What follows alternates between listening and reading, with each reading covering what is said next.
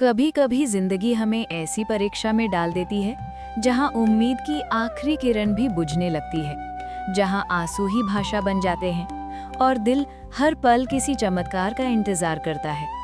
पर दोस्तों, जब दुनिया साथ छोड़ देती है तब एक है जो कभी नहीं छोड़ता, हमारे श्याम बाबा, हारे के सहारे। आज की कहानी सिर्फ भक्ति की नहीं है, ये एक माँ की करुण पुकार है जो अपनी झोली में खुशियों का फूल मांगती है, और श्याम बाबा कैसे उसके आंसुओं को मुस्कुराहटों में बदल देते हैं, यही आज का चमत्कार है। अगर आप ये कहानी सुन रहे हैं तो हो सकता है आज बाबा आपके लिए भी कोई रास्ता खोल दे।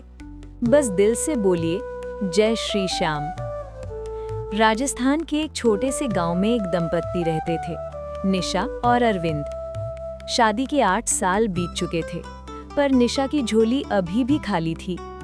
हर महीने उम्मीद, हर महीने टूटा मन, हर महीने दर्द। ये चक्र निशा की जिंदगी का हिस्सा बन चुका था।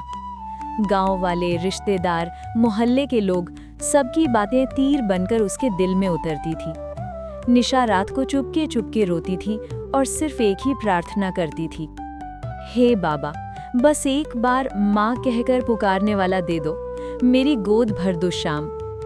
एक दिन घर के पास की एक बुजुर्ग दादी ने कहा, बेटा, जब सारी दुनिया हार जाए तो खाटू वाले श्याम को पुकारना, वो खाली हाथ लौटाते ही नहीं है। निशा के मन में जैसे कोई उजाला सा हुआ।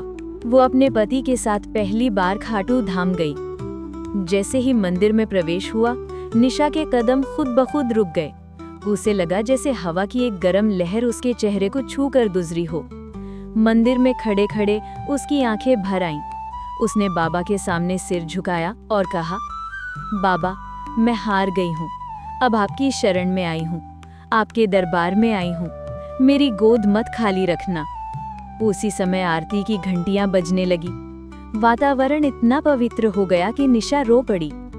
पंडित जी ने उसके हाथ में एक छोटी मोरपंखी ध्वजा दी और बोले, बेटी, इसे 11 दिनों तक अपने सिरहाने रखना, श्याम बाबा खुद राह बनाएंगे। निशा ने इसे बाबा का संकेत मानकर प्रणाम किया। धाम से लौटकर 5 दिन ही हुए थे, एक रात निशा को सपना आया। सपने में उसने देखा एक सुंदर रूप वाला बालक उसके गोद में बैठा है और उसके कपड़े पर ध्वजा का वही मोरपंख चमक रहा है। सपने में उस बालक ने मुस्कुराकर कहा, माँ। निशा चीख कर उठ बैठी। दिल जोर से धड़क रहा था, आंसू थमने का नाम नहीं ले रहे थे। सुबह उसने अपने पति को बताया। दोनों मंदिर गए और बाबा को धन्यवाद दिया। कुछ ही दिनों बाद चमत्कार हुआ। निशा की रिपोर्ट पॉजिटिव आई। 8 साल का इंतजार, 8 साल का दर्द एक पल में भगवान ने बदल दिया। पूरा घर झूम उठा। लेकिन निशा सबसे पहले किसके पास गई? अपने कमरे में वही ध्वजा उठाई और फूट फूट कर रोते हुए बोली, बाबा, आपने मेरी सुन ली। निशा के घर एक प्यारी सी बेटी ने जन्म लिया। आज भी निशा कहती है, मेरे बेटी नहीं, मेरे घर आई है श्याम की कृपा। हर साल निशा बिना चूक के अपनी बेटी को लेकर खाटू धाम जाती है और बाबा के सामने सिर्फ यही कहती है, धन्य है आप श्याम, हारे के सहारे, मेरे घर सुख और रोशनी लाने के लिए।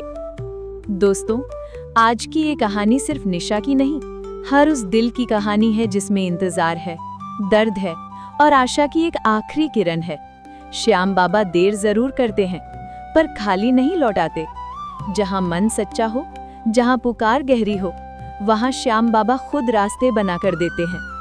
अगर आपके जीवन में भी कोई इच्छा वर्षों से अटकी हुई है तो एक बार दिल से बाबा को पुकारिए।